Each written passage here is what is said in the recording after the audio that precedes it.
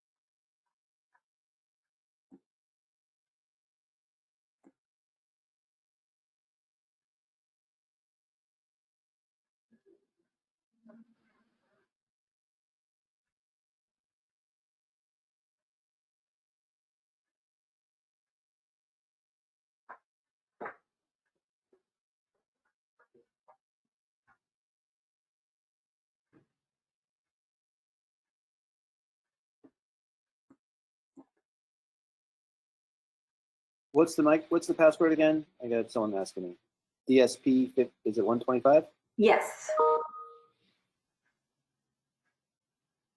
I was wondering, James, why you were having such a fun time waiting for watching you laugh over there, wondering what you're looking at. Oh, you had to ask. Honestly, I'm looking at Brian's beard. Yes. I'm looking at Brian Dakin's beard. That thing is just getting a life of its own over there. Yep. It happens every winter. Maybe not to this degree. It's been a weird winter. I think the beard looks fantastic, Brian. If anybody on the Perkins Eastman team happens to call you Jim, forgive us, but we're working on Lowell, and Jim Dowd did the same thing. He's the OPM, and he also grew up in Lowell, so it's the kind of same arrangement. Nice. Okay. Yep. No offense taken. So it's not one of those superstitious things that you're not hoping the Celtics will do better if you don't shave or something? No, it's a seasonal habit for me. Big beard in the winter, and then once it gets warmer, trim it down. But again, this has been a weird winter, so I just sort of let it go. Excellent. No jealousy from us who can't grow one, but whatever.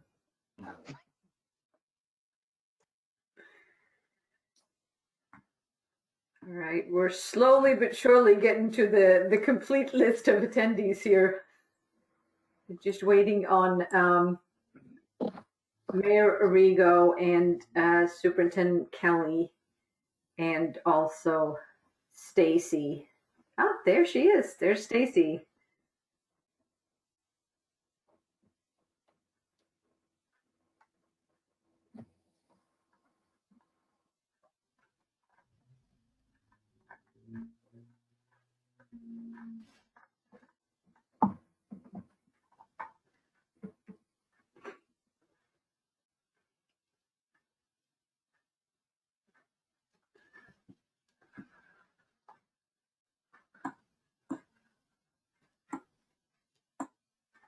So actually, I don't know, in essence of time, since I do believe we have enough voting members, if I could have Susan as the co-chair call the meeting to order, then we could do a quick vote, at least for the last meeting's meeting minutes.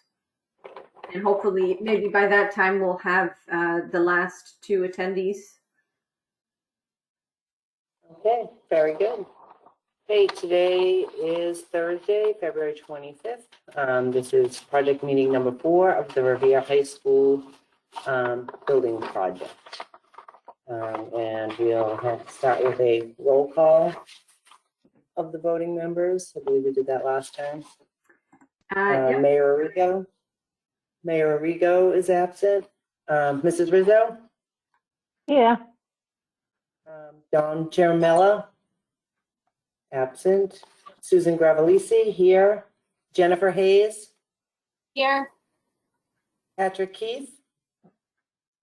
Here. Diane Kelly. Absent. John Perella, Here. Michael Picardi, Here. Nicholas Rystrom, Here. Paul Swenson, Here. Rich Biscay, Here. and Jerry Visconti. Here. Okay, vote to approve the January 14, 2021 meeting minutes. All approved, all opposed? I'll make a motion to approve. Second that. All in favor? Aye. Aye. Aye. Okay, minutes approved. Thank you. And let's see, Linda, did you want to continue from here? Yes, I will take it from here. What we could do is, as we're waiting for the last couple of people, what we'd like to do is introduce the addition to the group that we have starting today, which is the Perkins, yes, Perkins Eastman design team, who are here. And so, I don't know, Perkins Eastman, do you want me to just introduce you guys and you can take it from there? Maybe Robert, if you start with you. Sure. My name is Robert Bell. I am the managing principal of Perkins Eastman's Boston office. I have about 30 years of experience, 25 or 20 with the team that you see here, all focused on K-12, and I'm very passionate. My role in this job is as educational programmer and planner. So I'll be very active up front in the visioning and the development of program and space needs.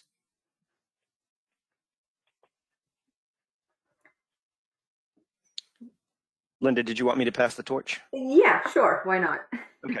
And before I do, I'll say that I'm in a neighboring town. I know Revere fairly well. And we have some of our staff also live in Revere. My great uncle grew up in Revere. We are thrilled as a team to have this project. It's a very meaningful project to all of us. I'll pass the torch to Joe.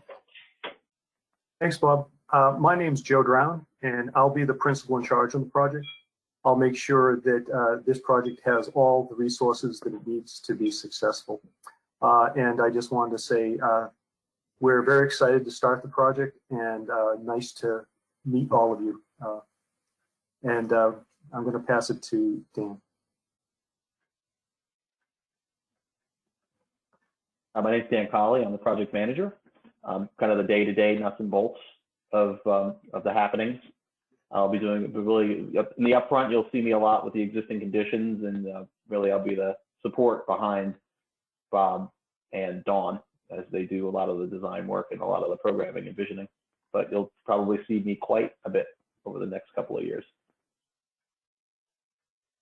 I assume you're going to pick me, Dan. I'm thinking maybe. Bob, it's 23 Process of elimination. by the way. Last but not least. And I'll pass it to Dawn. You picked me last. No, hi everyone. I'm Dawn Goriello. I'm the project architect, project designer. I'm super excited to work on your project. We've learned a lot about you guys, sort of behind the scenes as we prepped for our interview, and you'll see a lot of that in our presentation today. And we very much look forward to learning more about you, working with you, and having your project be successful. We're excited for the city of Revere. Very, very exciting. Thank you all for being here. And we're excited to get this process started.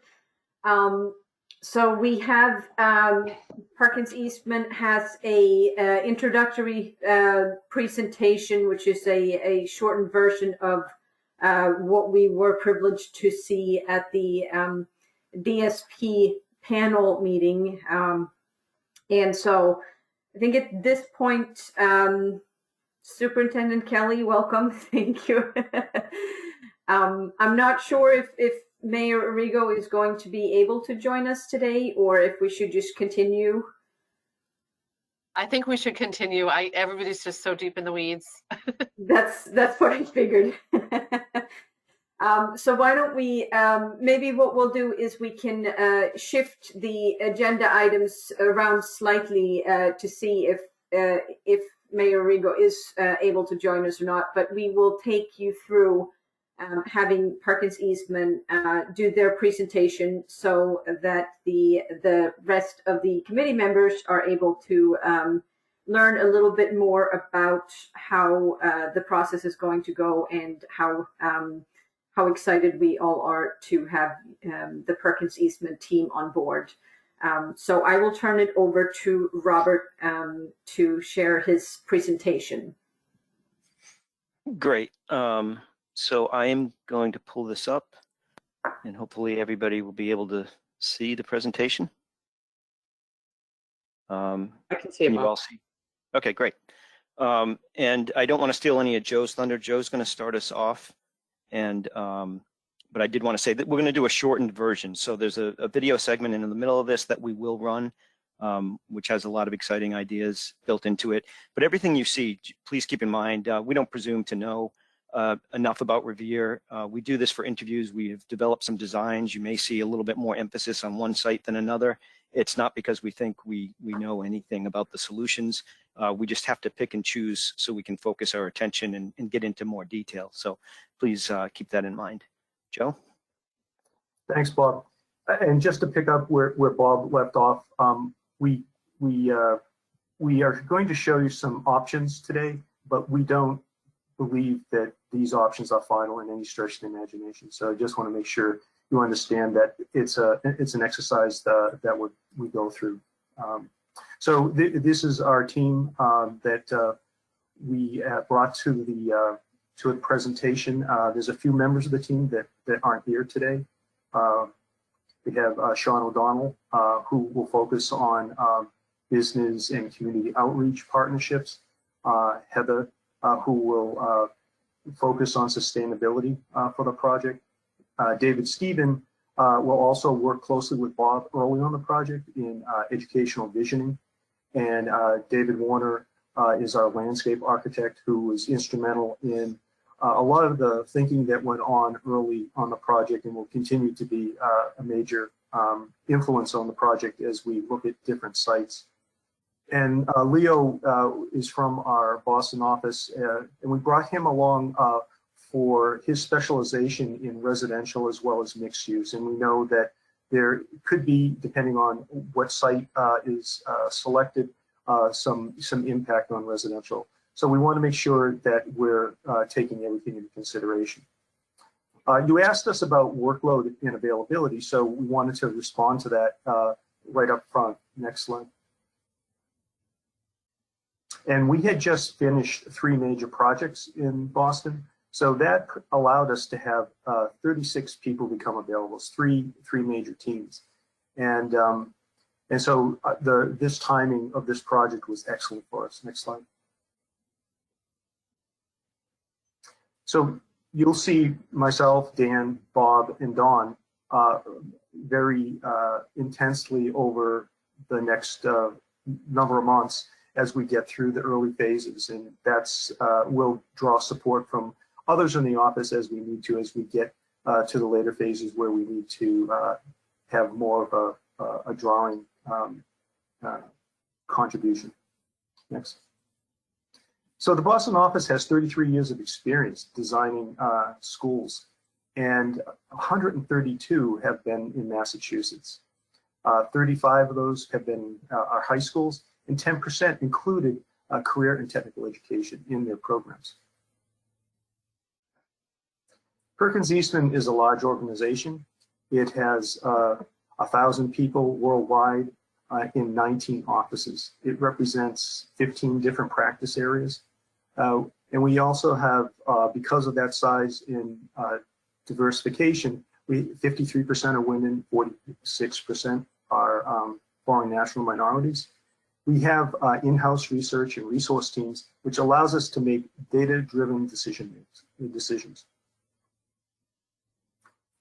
A number of the practice areas that we're going to draw upon for your project include hospitality, science and technology, sports, healthcare, and even residential. So I'm going to go through the visioning and community engagement process. Again, this entire interview was framed after some questions that were asked of each of the architects. And I won't go into all the detail, but we talked here about our approach being very much built for Revere. It begins with a visioning process that will be led by David Stephen, and it overlaps with my role as a programming specialist. Many of you don't know, but David Stephen is internationally known.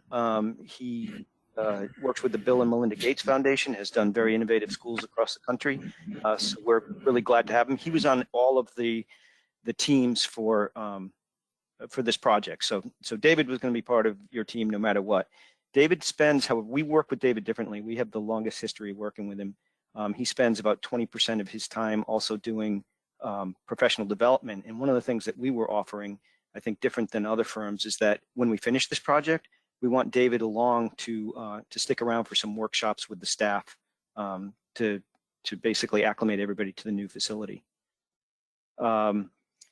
We also do our homework. We spend a lot of time getting to know what has gone into Revere High School over the past. You had a tremendous transformation going from a level 3 to a level 1 school back in 2012, and there were a number of things behind that. We also know that you've already started a vision going forward, and that was interrupted by, well, it was delayed a little bit. I think it continued, but we want to pick up exactly where you left off. So we'll be kind of rebooting the visioning and diving deep into everything that you've done and bringing people further along. The process that we do is to form an educational leadership team. That will be Diane and some of her closest support staff to help guide us and inform us, give us some insight into the school and the inner workings. But what we're going to focus on is a larger educational work group, of which many of you will be a part of. And we're going to gather people from the entire community, teachers, faculty, parents, even students, business leaders, municipal leaders, and we're going to go through this visioning process and come up to speed with what you've done already and try to advance some of the thinking. And that will also dovetail right into the community integration into the thinking. And we've been doing this virtually. We haven't skipped a beat. In fact, we found that some of our virtual interactive tools that we use have made it far more engaging, giving everybody a front row seat. We're seeing participation go up. We're finding that we can reach people that are otherwise unreachable. We've got, this is David Stevens' Mentimeter platform that overlays onto Zoom. Very intuitive. It allows people to engage in kind of these interactive exercises. And again, this feeds right into the community. Part of the great thing about this working group and going through these visioning steps again is to not only inform everyone about the project, but it helps build advocacy and kind of getting more people out into the community, getting the word out about this project.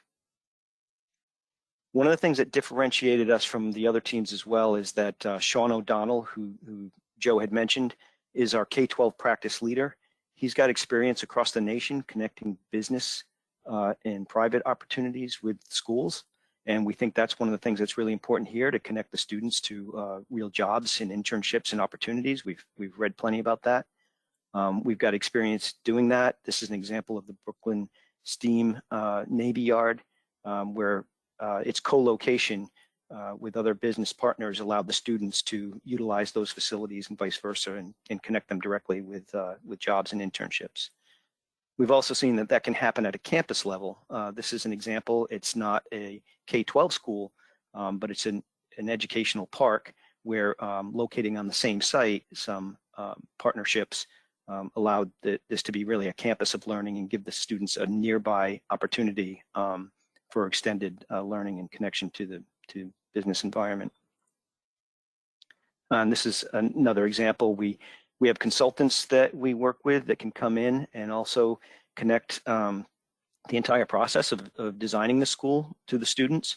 One of those is called Echo Rise, where they actually help develop curriculum if the school department is interested on sustainable learning, and they would become part of the process.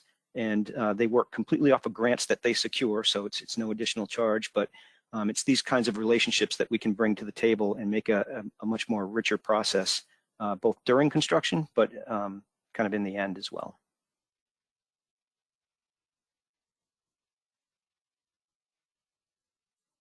One of the other questions was about how we would go through the process and help with the site selection.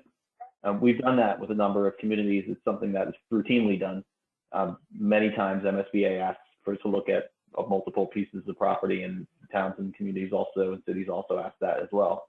So we have a lot of experience doing it. We looked at the site selection process here as basically three components. One was to collect the data, the physical attributes of the site, look at what the environment was like, the geotechnical, topography, and such, and then really start to look at the socioeconomic impacts of each one of the sites. Because I think that's going to be an important part of this. Is what is the best use for the piece of land that we're considering?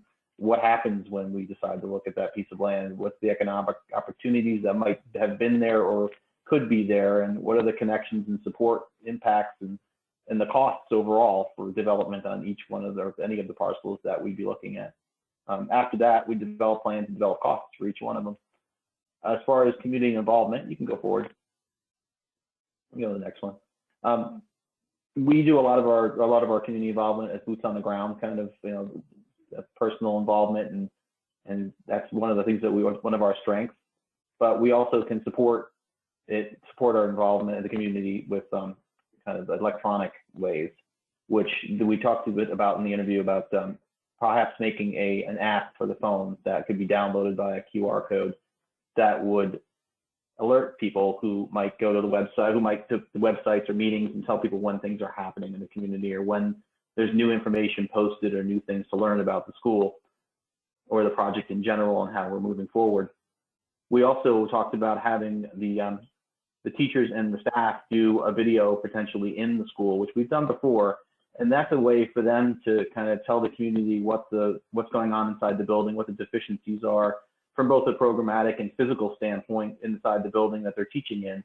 And that's more powerful than any of us saying that. To hear that from the educators themselves and to post that little kind of, there was two versions for one of the clients we did. It was 5 minutes and 30 minutes. So it was like a short and then a long. That was a very powerful way to get the message out. And finally, we can build on that little phone app with a larger application that will allow a more interactive and more robust experience, looking at the plans and interacting with us potentially, with the design team, and really getting into the nuts and bolts and seeing how the project's going to look at its place. And one of the tools that we're just piloting now is geolocating building designs on sites. Like this is your Wonderland site, and it's just a test. It's not really a design, but this is something that we hope we can use with the community to get people engaged in options. Okay, I'm now going to go into a video segment because some of our team members are not here, so hopefully the audio works fine. And this is where it gets a little... More than ever, there has been an increased focus on wellness, but typically that conversation is just focused on the wellness of the individual. Here at Perkins Eastman, we like to acknowledge the interconnectedness of our wellness to other issues. So our individual wellness is heavily reliant on the wellness of our community and ultimately the wellness of our place and our planet. In order to address wellness holistically and build towards a more resilient society, we therefore study wellness at all scales, considering the social, economic, and environmental impacts of wellness. This approach to holistic wellness also sets us up for success to deal with this pandemic and any future pandemic or resiliency issues that arise.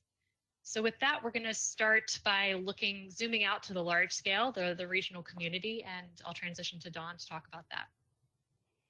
Our team understands and appreciates the significance this project will have on the city of Revere. It's likely to be the most important project in the next 50 years. So as Dan mentioned, we understand site selection is critical, and it's important when we go through site selection to understand the transformation that Revere has recently gone through. As we look big picture at the site selection for a high school, we understand that these considerations are intertwined with housing. Revere has seen a dramatic 10% growth in housing stock over the past decade, 2,000 new residential units for the city's total of 20,500. This revival of your community, focused at Waterfront Square, has seen housing developed primarily as luxury buildings, increasing the market rates. Looking forward, Revere Beach will remain a premier destination for New England, with great proximity to downtown Boston and Logan Airport. Recent housing, however, has not meant equity for all, and we acknowledge the pressure on Revere for more stable and diverse housing solutions. Both the labor draw of nearby Encore Resort, with its over $1 billion investment, and now plans for a second facility by Amazon, soon to be the city's largest employer, perpetuate a need for workforce housing at a range of income levels and household sizes. Planned opportunities are all around the city as articulated in the Next Stop Revere master plan. To the south, you have the Suffolk Downs redevelopment with thousands of future residents, bolstering employment and a need for services. Promoting east to west movement, you have the cultural and business corridor of Shirley Avenue and its continued upgrades. Destinations to the north include a revitalized Gibson Park and the potential for a riverfront district. To the west, you have the potential for a mixed-use development at Caddy Farm. It is, however, the district to the east side of Revere, a federal opportunity zone along Revere Beach, where we see focused attention. The incentive program associated with this boundary will keep developers concentrated on opportunities for further investment. Today, we'll explore 3 potential sites. Those include the existing high school site, Wonderland site, and also the Housing Authority site owned by the City of Revere. Our goal will be to study how we might incorporate the larger citywide goals from the Next Stop Revere master plan and understand how those might inform the high school selection site. So we know that connectivity, accessibility, and opportunities for workforce development are critical goals that came out of the master plan. And so we'll look to analyze safe walking, biking, multimodal connections, as well as public transportation access, all of which are going to connect the students to critical community resources, De La Russa Stadium, commercial and cultural corridors, as well as part-time jobs, internship opportunities all throughout the city. But we'll also need to ensure that any built infrastructure will be sustainable and also withstand any future climate change impacts. When planning for long-term resiliency in communities along the coast, such as yours, it's important to factor in future flooding projections as flood maps are continually evolving. Wonderland is in a high impact zone close to sea level. The existing site is about elevation 5, and the Housing Authority site is at around elevation 30. Another important criteria to consider in your site selection is the proximity to major roads and avoiding concentrations of vehicle exhaust so that you have the cleanest air possible for outdoor healthy activities. We love design ideas, but today they're for illustration only and definitely not fully designed. So we'll show simple mapping studies on 3 concepts and then dive deeper into 1 concept on the Housing Authority site.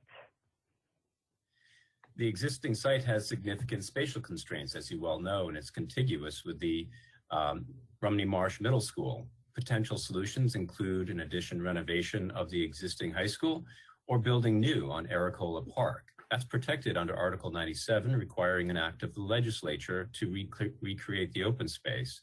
We have done that on other projects, but it has schedule and cost implications. So an addition renovation concept will rely on overcoming the complexities of phasing. So early enabling work will set us up to build 2 new academic wings and renovate the existing field house, which is larger than the MSBA guidelines would otherwise allow. We'd build a new heart of the school that would include a media commons and dining opportunities, and then finally demo the School Street side and replace it with a dedicated freshman academy. This really reimagines the existing Revere High School building and provides a new face along School Street. So a new construction concept on the adjacent Aracola Park provides a compact footprint tucked in between the existing buildings with 3 academic neighborhoods woven together by a vibrant heart of the school. This concept results in a temporary loss of fields, and it's worth noting any solution on this site might preclude future projects to help alleviate existing crowding at the lower level schools. This historic sandboard map shows a plan for a residential subdivision at this site, at the Wonderland site, that was never built due to the former marsh and also being isolated from adjacent streets by rail lines. A new bridge may be necessary to connect to the city fabric. The soil and groundwater conditions at this site will likely require more expensive foundations than conventional spread footings, putting pressure to minimize the building footprint and build higher.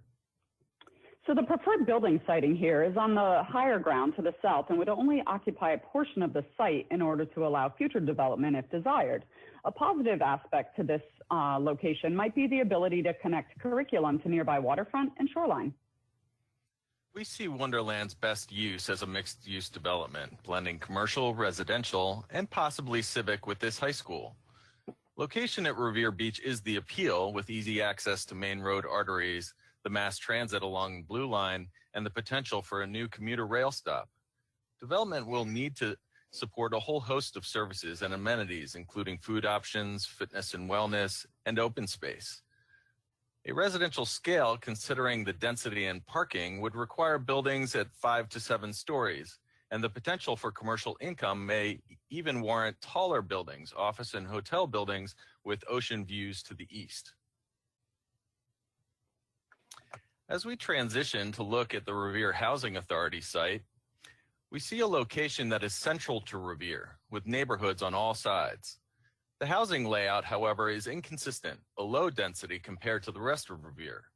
With the right development partners, we see an opportunity for new housing, which could, if appropriately scaled and at a higher density, surround a high school campus, creating a buffer between neighborhoods and the new school. This new housing could take in some of the displaced residents.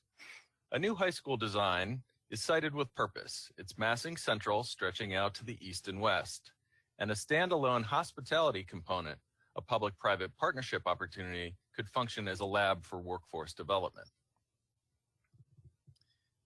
We noted that Mayor Arrigo expressed an interest in this site during proposal deliberations, so we chose to demonstrate our process here in more detail, recognizing we have not had the benefit of your community yet. So starting with a bold gesture of realigning Constitution Avenue to maximize the open space around the building and locating parking lots on the periphery so they can be easily accessed from adjacent streets. We took inspiration from the Rumney Marsh estuaries, reflected in the wellness pathway that winds around the pedestrian open space. We heard that you envision your new school to be a campus that welcomes the entire Revere community with facilities open 7 days a week. This evening view is intended to show how this design could rise to that goal, full of life with multi-generational activities for everyone. From Patriot Plaza outside the gym, leading out to the multi-sport fields, tennis courts, and a separate hospitality hub that Leo mentioned earlier. Direct pathways radiate from the building, bridging over a linear bioretention area, a sponge for stormwater, planted with grasses resembling local marshes. On all of these sites, you'll see that we've actually prioritized building orientation along an east-west axis.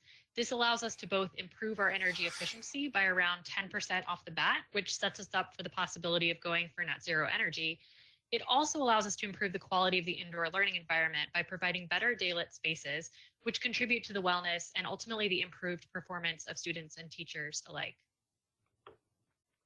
The centrally located building incorporates a north-south heart of the school we've termed the Creativity Commons.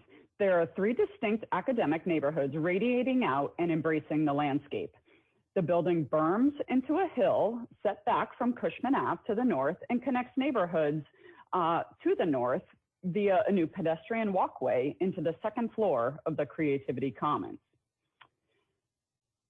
The east-facing courtyard is embraced by 2 of these academic neighborhoods and represents a true community resource. We imagine health and wellness infused via a walking path, student and community gardens in the foreground, as well as areas for group physical education or recreational activities. Learning is infused in the form of outdoor classrooms, outdoor performance space, backed up to a 2-sided stage connected to the auditorium. Clean energy building infrastructure will tie to curriculum and support a living lab initiative for the students. And lastly, of course, we'll look for ways to overlay celebrations of the culture of Revere, whether it's local artists, murals as illustrated on the left, or the ability to host outdoor cultural festivals within this space. Perkins Eastman prides ourselves in each of our projects being unique and representative of the community in which they're designed. We don't presume to know enough about Revere yet beyond our in-depth research, but what we do know is that this campus aims to be inclusive, safe, and supportive. This project should be a capstone that represents the progress that the city has made and the future that is envisioned for all of Revere.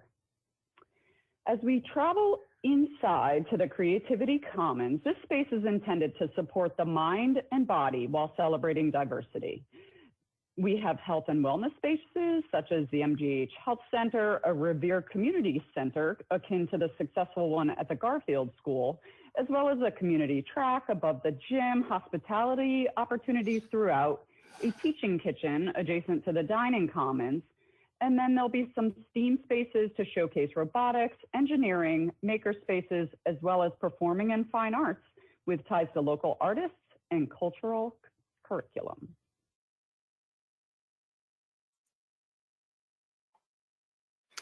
And that's the end of the video portion, and now we'll just go into a few more slides. Dan? Next.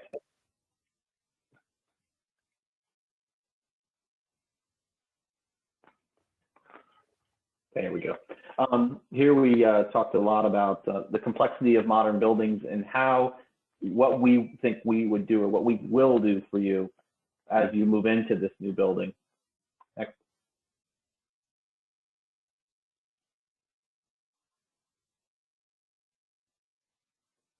This is a slide that talks about system selection, and it really focuses on one of the projects that I think this was MLK, where we looked at looking at a matrix of the different systems that you could possibly use for this, and then weighing them out. But one of the major pieces of this was looking really hard at operations and cost of operations and how these systems all stack up against each other to try to help put some logic to the decision making and try to weigh the things that were most important to you when we're selecting the systems that are going to be put into the building that you're going to have for the next 50 or more years. Next. And this was talked about our enhanced closeout services, what I termed white glove services. That one of the things that happening in a lot of schools is when the project is over, there's a period where the commissioning ends and there's some unknowns about there may be unknowns or some trepidation about running the building. And what we think would enhance this experience is having someone come on board in schematic design or earlier and be really the eyes and ears for the city on the design and help that process through, and then follow it through construction and then all the way into closeout, and stay with the project and help be an intermediary between any of the potential commissioning and closeout issues, but also be a teacher and be available when you need to pick up the phone and have someone to talk to ask a question about the system or how something works. That's the person who you would have who works with you to help you run the building and make sure that you get the most out of it and that it runs the way we designed it and it runs the way you expect it to run. We also talked a little bit about our cost control. We do practice something that we call target-driven design. This is a method where we really don't want to react to an over-budget project. We try to be really look ahead and make sure that we understand where we're at every minute along the way and design our projects to the best budget we can. We really don't want to have any value engineering, and in the last 4 or 5 projects, we've been able to avoid all of our value engineering. And right now we're opening bids, and COVID is helping these bid numbers across the state. We're seeing some very low numbers right now, lower than the ones that Easton just opened the other day at much lower than $4.99 a square foot. So Lowell is also coming in under. Zervis Elementary School is under, and so is Mount Greylock, which is an addition to renovation. So we routinely try to target middle or low on our numbers for cost control. So we just want to wrap up by saying that we do have an awful lot of experience doing very large, complex high schools. We have Essex Tech, which was 337,000 square feet. Reading High School was almost 300 at 296. Taunton was 467. Lowell is 620,000. Assabet Technical High School was $367,000. Westboro was $273,000, and Acton Bosch was $324,000.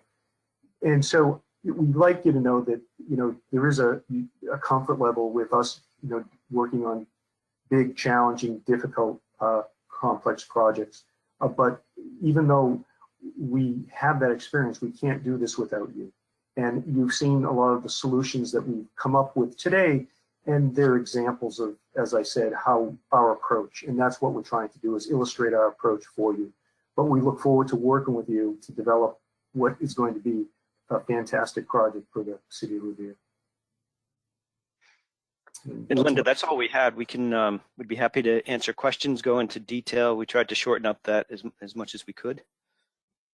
I had a bad behaved robot on this end. I've never had that before.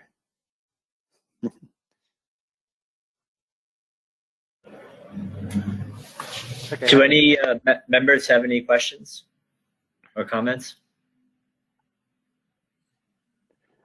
And I guess while they're thinking, you know, of any questions or comments, I would like to say that, yeah, it's always impressive the amount of work you guys go into. This was just for the proposal, you know, and so the depth and range of thought that you guys had to put into this just to win the job. And to me, it gives a sense of confidence of, you know, how far ahead of the game we are, you know, for you already putting in that level of homework. So. I have a question. Are there options for looking at eminent domain within the present grounds of the high school? So expanding outward on streets connected or around the area, similarly to what I guess is under consideration for looking at the projects off Broadway? I can start, and Joe, I don't know if you want to add. I think at this early stage, everything's on the table and will appropriately come off the table or be emphasized through this group and through any subgroups and direction we get. So, you know, we'd be looking for direction. I think we know that we've got to turn over every stone as we develop options here. And so I imagine that would include a look at everything. Yeah, I think so. I mean, if it makes sense to do so, we certainly would want to look at that to see what that meant so that the city could make an informed decision. We have done that on other projects. We did do that on the Lowell High School. There was an adjacent site that was right beside the existing high school, which allowed us to build a brand new gym on that site, and then allowed all the phasing to happen. So the decision that was made for Lowell, as an example, was that it was critical to the city to not have temporary trailers. So taking that into consideration under those types of concerns, you know, we would look at, you know, something like, you know, taking an adjacent property to allow all the phasing to happen seamlessly without having to put students in trailers for a period of time.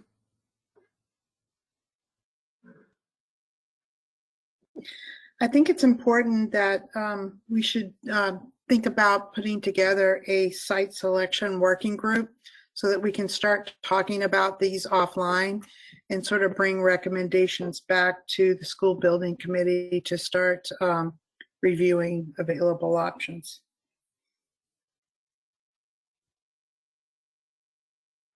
Agree. I think that would be a great plan. Lynn, do you want to suggest that people reach out if they are interested in being part of that group? That makes sense to start? Well, I would think that in order to create one, I think that the school building committee would have to vote on it. So maybe we open that up for discussion right now. Any members want to either entertain a motion or discussion on a site selection subcommittee? This is Nick Redstrom. Can you? Oh.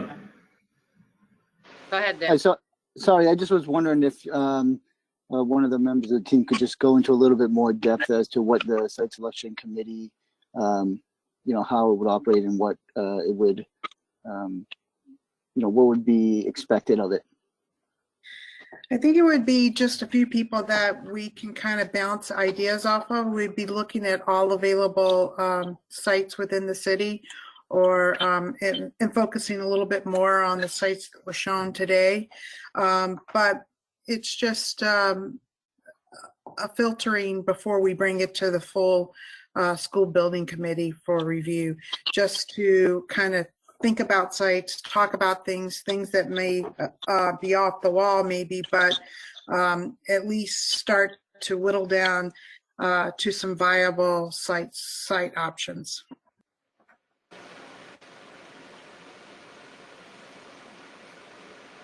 And Nick, I would add to that I would think that this subcommittee would do some of the legwork around what exactly would need to happen before we could acquire the housing project site, or what would need to happen in order for us to get the Wonderland site, or as Dr. Perella mentioned, do a land acquisition around the existing high school property. They would kind of figure out some of that stuff and then advise us on what might be viable or not.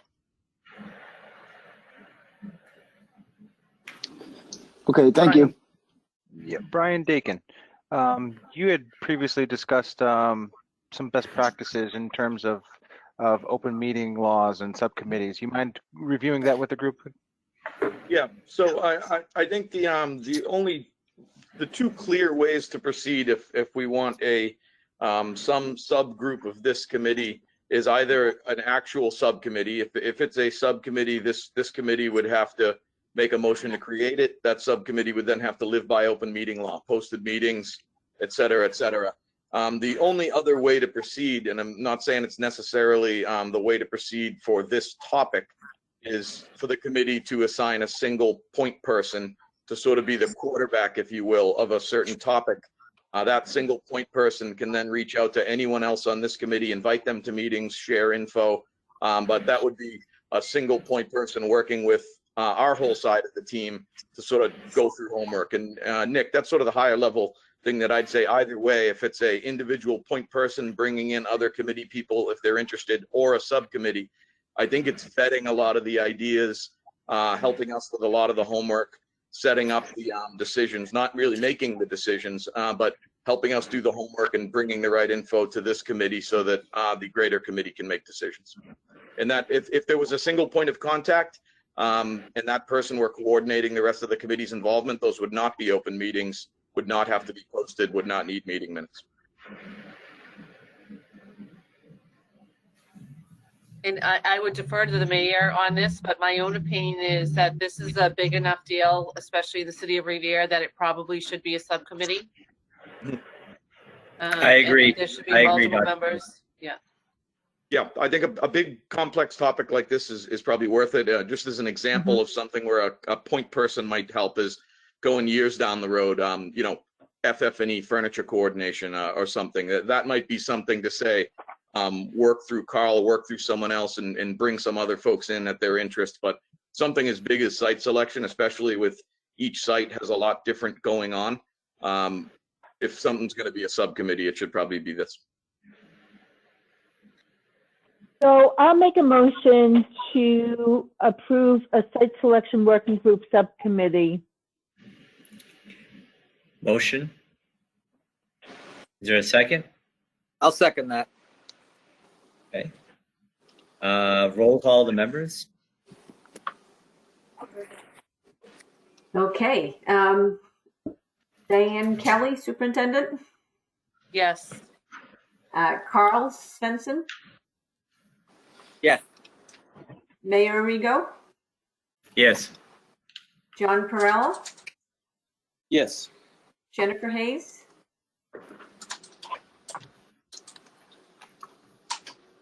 Jennifer, we can't, I'm sorry, I can't hear you. Yes. Thank you. Richard Biscay. Yes. Don Ciaramella.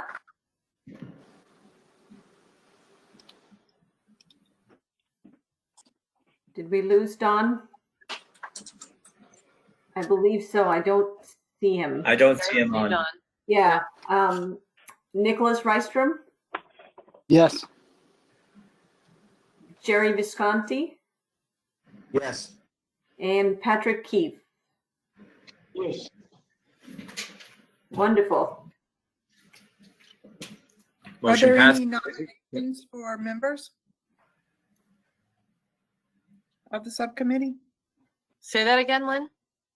Are there any nominations for members of the subcommittee? I would like to nominate John Perella and Carl Svensson. I'll second that. One thing that I would add in, and I know people's plates are overflowing, but one way or the other, Mayor Rigo, we're gonna need you involved with this one way or the other. Yep, I'm on it. I'll I'd like to further nominate the mayor.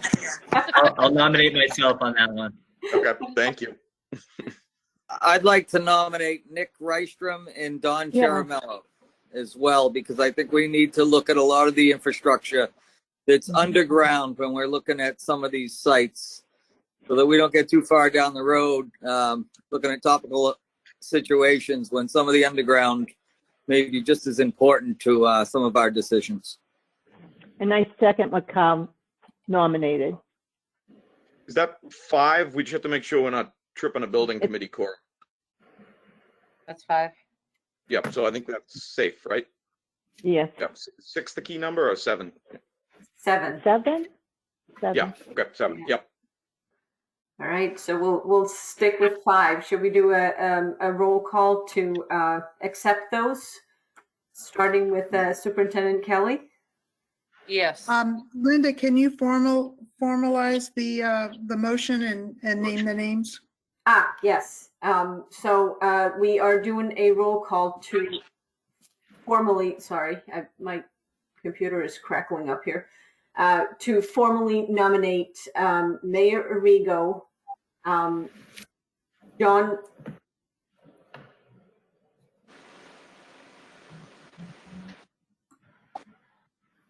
I think we lost you, Linda, Linda. you got unmute. I can do it. We're making a motion to nominate the members of the site selection subcommittee of the school building committee to include Mayor Brian Arrigo, Dr. John Perella, Mr. Carl Svensson, Mr. Nick Rystrom, and Mr. Don Ciaramella. Motion. Is there a second on the motion? I'll second that. Second. Second by Stacey Rizzo. Roll call. Sorry, I'll start that. Can you hear me now? Yep. Sorry. All right, I'll start this again. Superintendent Kelly, sorry. Yes.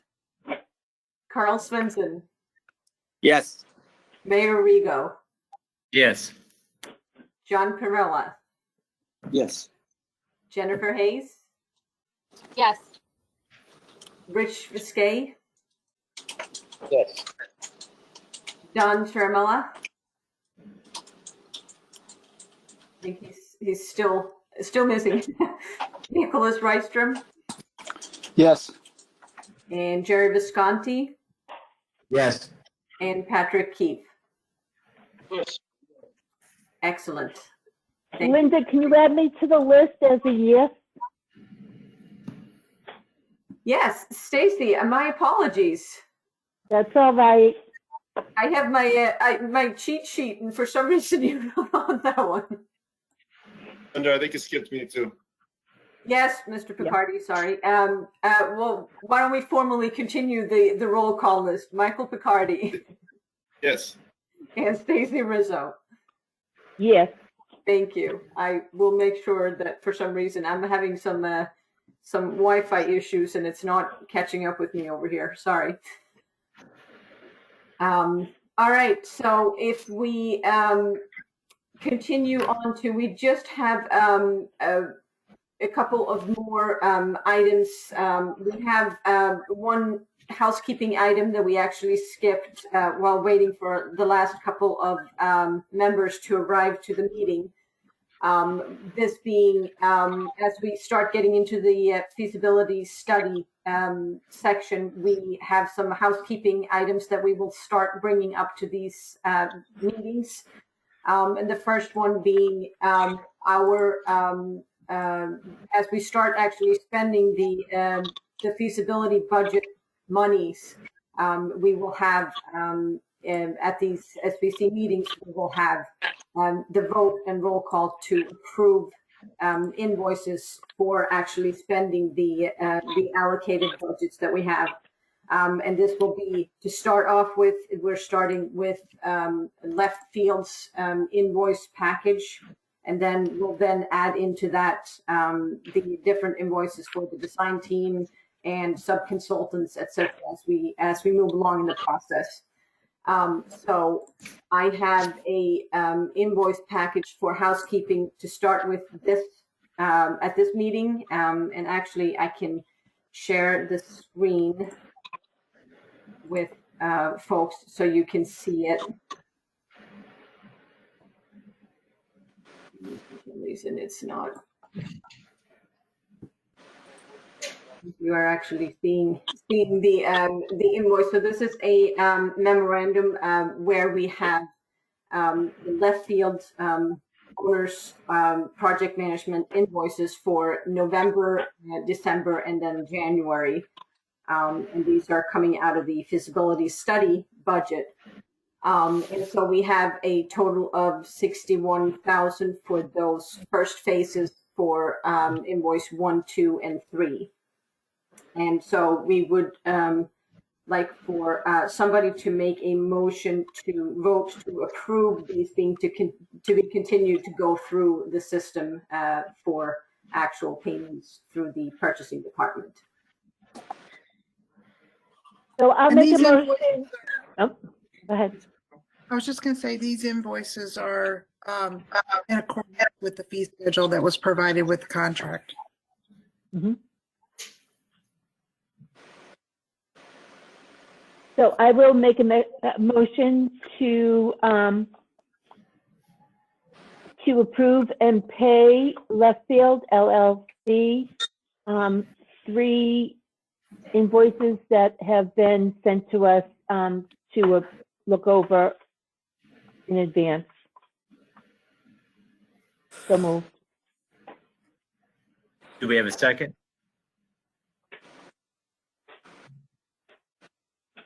Second. Okay, roll call. All right. Am I okay to take the roll call again, or are both? I don't know. We will start with Superintendent Kelly. Yes. Carl Svensson. Yes. Mayor Arrigo. Yes. John Perella. Yes. Jennifer Hayes. Yes. Rich Biscay, I think we've determined is not. Oh, there you are. Oh, I'm here. Yes. Don Ciaramella. It's not here. Nicholas Rystrom. Yes. Jerry Visconti. Yes. Patrick Keefe. Yes. Michael Picardi. Yes. And Stacey Rizzo. Yes. Excellent. Thank you. All right. We will move on to next agenda item, which is taking us a little bit further into a couple of next steps for the designer's schedule. And I'm going to leave it up to give it back to Perkins Eastman for what the next steps will be in our process.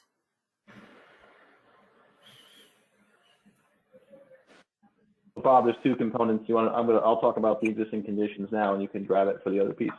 The next 2 immediate pieces, and I'm working on an overall schedule for everybody, so we'll have be able to see exactly what we're doing and when we're doing it. But for the next couple of days, next week, what is something I think I'm going to need Diane's blessing is we want to get into the existing building and start the existing evaluations. This is part of the thing we need to do for MSBA is a full evaluation of the existing facility and then create what they call a base repair or base renovation cost, which is kind of the minimum number that would be required to bring the building up to code and make it last for another 50 years. That's the number they're looking for us to generate, and that means everybody on my team is going to need access to it. So I've tried to schedule everybody in the next 5 days because I think you're looking at starting up some in-person by the end of this week coming. March 8th is our first students will be joining us. So I was trying to get all my people in and out of there before that starts so that there's no overlap. That'd be That great. works. Okay, so Yep. I have everybody kind of lined up, so I can send you the schedule out, and so that you know who's going to come, and then you guys can tell me how that contact happens and where they get keys and such. But that's all kind of the other stuff, housekeeping. The other thing we're going to do on the 9th and the 10th is we want to fully scan the building, which means someone's going to come in like with a VR, basically a camera, and walk around the entire building and make what they call a dollhouse model of the building. So we'll have a full 3-dimensional model of the entire existing building, and then that will generate itself into existing plans. So that's the 9th and 10th. Okay. So that's the only overflow. And I did tell that team that there might be some issue where they have to avoid certain places. So if there is that, we should just let me know and we'll coordinate with them, make sure that there's no interference or that they come into those spaces later when everyone's gone. Because it's probably 2 full days that they'll be in the building. We have very few kids in that week, so it shouldn't be an issue. John Perella, do you perceive any issues? No, I don't. I think we can make that work easily. Great. So And Dan, John and Carl will be your main contacts for that. Okay, so I'm probably send you two an email, but right after this meeting with the schedule, and so you know what I'm intending to do. The other piece is the site civil. Those gentlemen want to get on all the sites too, provided the snow continues to melt, like we're luckily seeing. And they want to know if maybe it's Nick or whom someone can walk with them on these sites. Yep, we can do that. Okay. So I'll include you too, Nick, so you know when he wants to. It's David Warner and Dave Conway from Sure. Judith Nitch and Warner Larson. So Sure. You can let you know put him in what touch Dave- with me, and myself and probably Don Charamella would be on that. Would participate in those walks. All right, that's great. And Dan, then can you just keep us CC'd on that? Because a few of them I might tag along on. Definitely, I'll copy all you guys too. The other one is the geotech.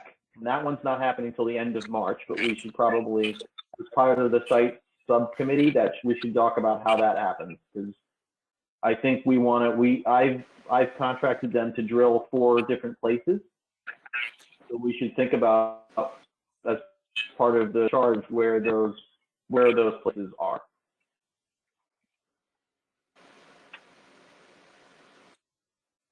Dan, if possible, I'd like to be able to look at those locations ahead of time, just to make sure that there aren't any conflicts with existing utility or anything of that sort.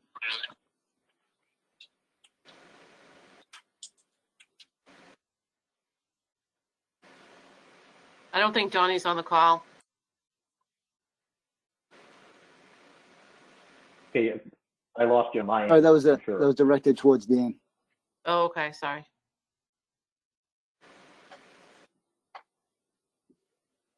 You there, Dan? Yeah, I've had a little bit of a freezing issue here, and I kind of froze right when you started.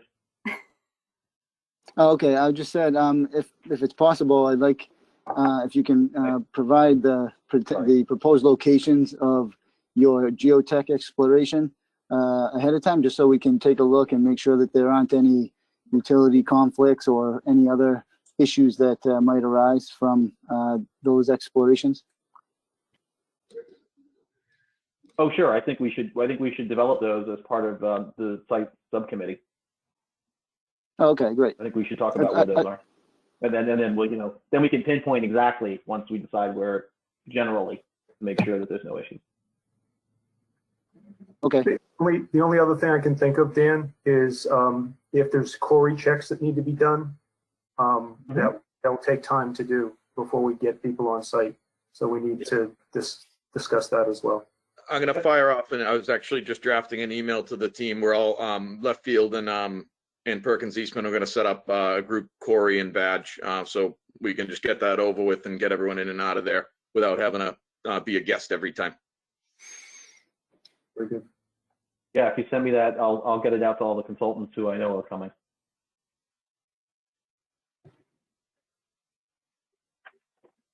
Okay, that's probably the next for us as far as existing conditions. That's the next several weeks.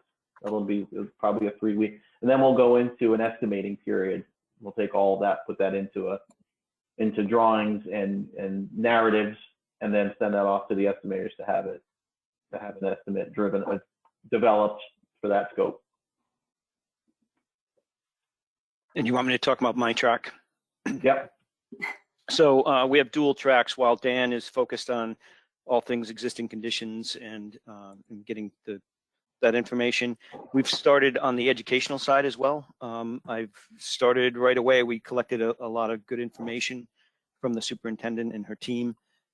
We'll be spending the next 2 months basically going through what we call the visioning process, and simultaneously I'll be doing programming. And what that involves is we first form an educational leadership team, which Diane has done. We're going to have a kickoff meeting. It's scheduled for Wednesday next week, March 3rd. Unfortunately, Diane, are you still on? I am, yep. I just heard from David Stephen, and he overlooked a conflict, so I'm going to have to go back and see if we can find the next best available time for folks. So look for that. But we're basically going to get started, and this meeting's important because not only are we going to get more detailed information about education and programming, but we're going to start to map out what the visioning process is, and that includes community engagement at some level. That kind of, as we start to shape the community engagement, that will come back to this committee, to get more informed and to kind of broaden. But basically, the visioning is a chance to pick up, as we said in the presentation, pick up where you've left off, get more folks involved, although you had a pretty robust team involved. I think it was almost up to 50 involved in your visioning so far. So it might be that team. And I'll just add, Bob, that we were very deliberative in selecting that team. We asked people to submit their address and what grade level their kids were in, and so we made sure the team was represented by all the different neighborhoods in the city, and made sure we had a range of parent experiences from parents who already had a kid at the high school and kind of saw the faults in our existing programming, and then parents who had younger kids that we knew would be champions of the cause because their kids might actually benefit from the new building. That sounds perfect. Yeah, great. And we may just see if there's, we'll take a look and see if faculty involved, some business or municipal leaders as well. So maybe it grows a little bit, or maybe it's, it sounds like you've done a lot of good work. And for those that don't know, really the visioning is a chance to do a couple of things. First of all, it's going to establish the goals, the educational goals and priorities that the design needs to follow. So the MSBA has a requirement, is a very critical document that they call the educational program. And you may already have a version of it, but that educational program maps out what you do now, where you're going, what the goals and priorities are. And we as architects are responsible to make sure that that happens and that gets manifest in the architecture. So that'll be happening. It's, again, as I said, over the next 2 weeks, I'll be doing behind the scenes, but working with Diane and her team on the actual program calculation, and that'll give us in the end a space summary, a list of all the space needs. And I can't complete that until we complete the vision, because some of what we're going to be trying to do is color outside the box and make sure that we're providing these connections to community and business that we want to do. And so looking forward to it, but we're getting started, and we'll shape it a little bit more as we reschedule our meeting for next week. And when Dan provides the schedule, these things will be nested in there so everybody can get a good look at them. And we're also looking to this team too, if we want to make sure we don't overlook anybody in the process, and we're happy to include others that you think would be beneficial, or again, as we have these meetings successively, specific groups that we can reach out to early. The thing that we hear, and I'm sure left field will agree with this, we hear in a lot of communities, no matter how robust your outreach is, and you're getting the schedule out there and advertising and putting these things on websites or in flyers or in the paper, there's a good contingent that is surprised as decisions get made that they didn't know there was a process underway. So we hope to kind of get deeper into that and make sure we're hitting the right groups. The other next step, I can jump in here, will be the MSBA kickoff meeting. So I will, in a separate email, reach out to the Perkins Eastman team and also to the district, and then the left field team, who will all be asked to come up with a date. And MSBA has requested sometime the week of March 8th or March 15th. So I will direct that to the district to first and foremost give us their availability, if there is ever any to squeeze in a couple of times. So I will send that out separately to you guys to set that up with the MSBA. Okay. Anything else from the Perkins Eastman team that you wanted to bring up as next steps? I think we've covered everything so far. So the actually, Diane Kelly, maybe I'll ask you if you have somebody on the team that maybe you would like to introduce to the school building committee that I neglected to do earlier. And I apologize for not being here at the beginning of the meeting to do this, but we started working with Joe Lewin, who is officially going to be part of our Revere team going forward, and I'll let him introduce himself in just a minute. He's already met the design team and the team from left field, and he was introduced to the school committee not in person but via resume. And Joe is going to serve as an extra pair of eyes and ears for us throughout this process, and work closely with Carl and Dr. Gallucci, who's not here right now, but really on kind of monitoring progress and being an extra help to us, I guess I would say. And Joe is somebody who has a lot of experience in the world of construction, particularly around school buildings and other things. And he's now a retired person who doesn't know how to lay on the beach when he retires. So we are fortunate to be blessed by his continued activity, and he's volunteering to work with us. So Joe, if you wanted to just say a couple of words, and for the other members of the school building committee, they can get to know a little bit about you.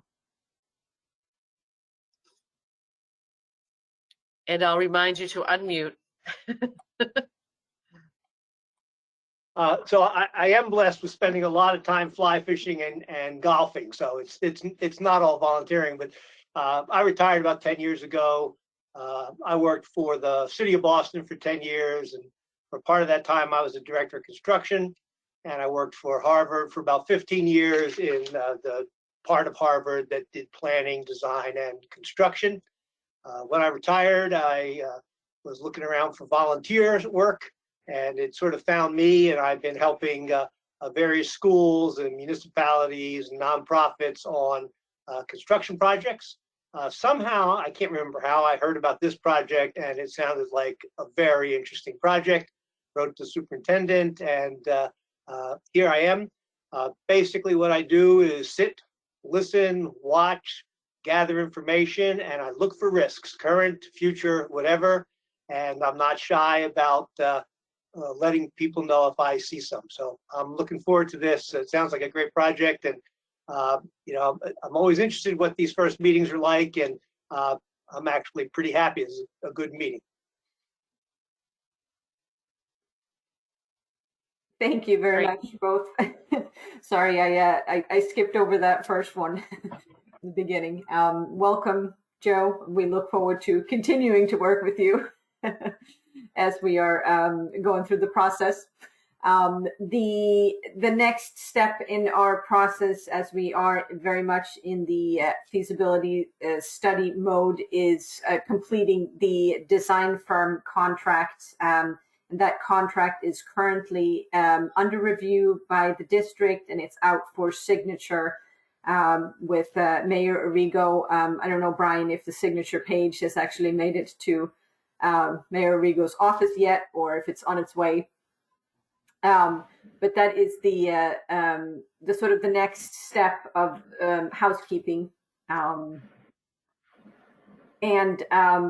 Once the contract is completed and executed, we will send a copy over to the MSBA, and we will also post it with a link where you guys can review and see how the process has gone.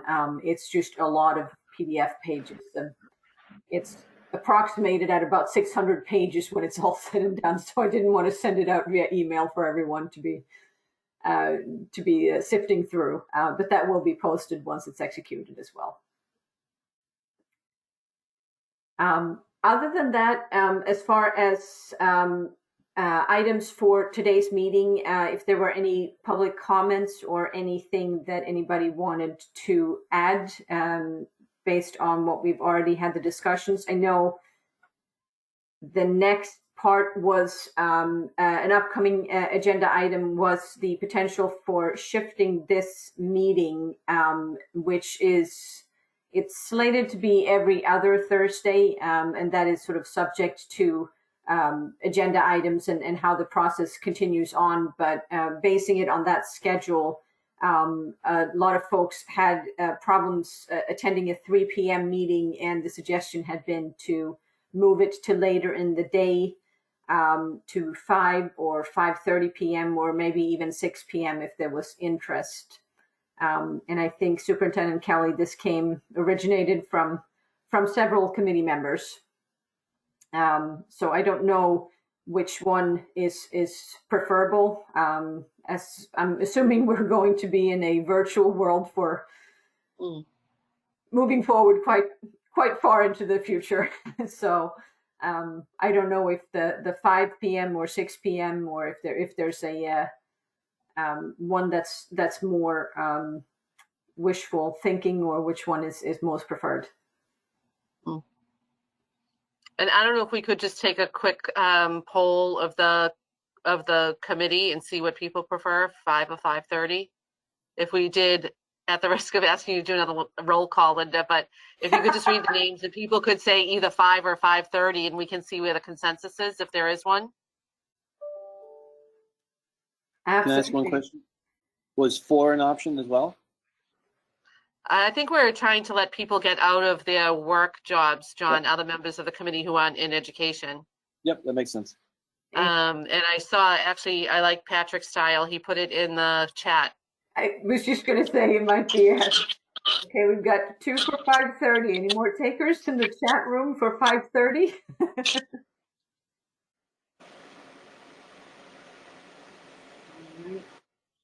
Nick Rystrom prefers 5. John Perella 5:30. Michael Picardi 5:30. Richard Risquet, either one. I could do 5:30. Well. Okay. Mayor Arrigo and Superintendent Kelly is 5:30. Does that work for the two of you? It does. 5:30 is good. Okay, Stacy. Is 5:30 okay with you as well? I prefer not to, but the majority wants it at 5:30, so I will try to make them. Okay.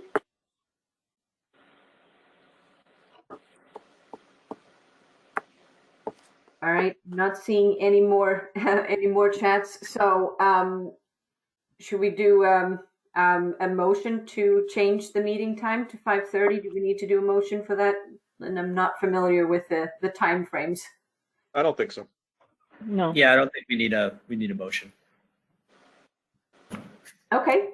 All right. So moving forward then, we will all note that I will send out the meeting invitation for 5:30 on Thursdays instead of 3 p.m.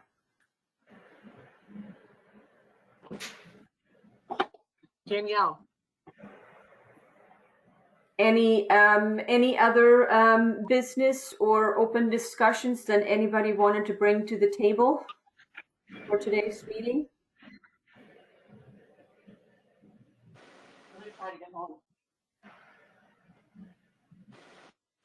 Does not appear. I'm looking feverishly for raised hands or or chat. Did you ask if there was, sorry, I had to step away for 1 second. Did you ask if there was anything else? I just did. So do you have something else? I just have one more thing that I wanted to say while everybody's here. I just wanted to really thank the team from Perkins Eastman for their incredible presentation today.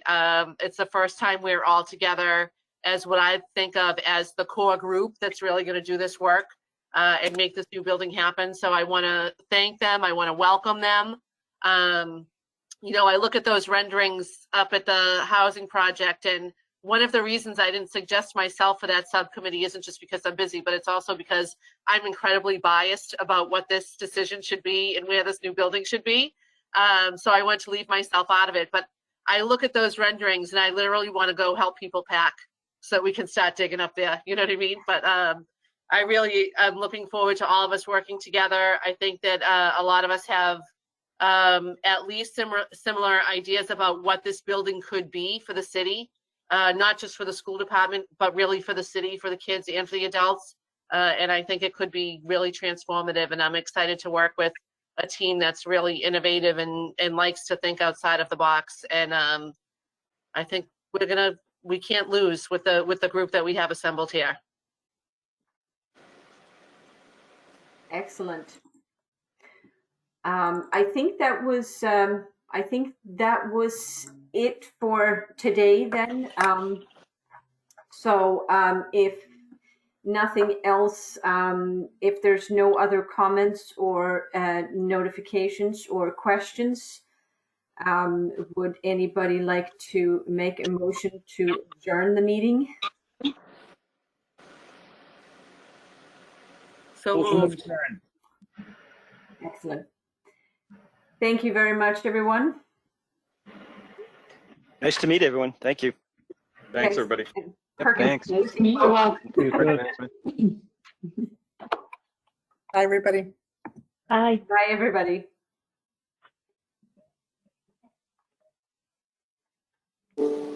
Thank you. Thank you.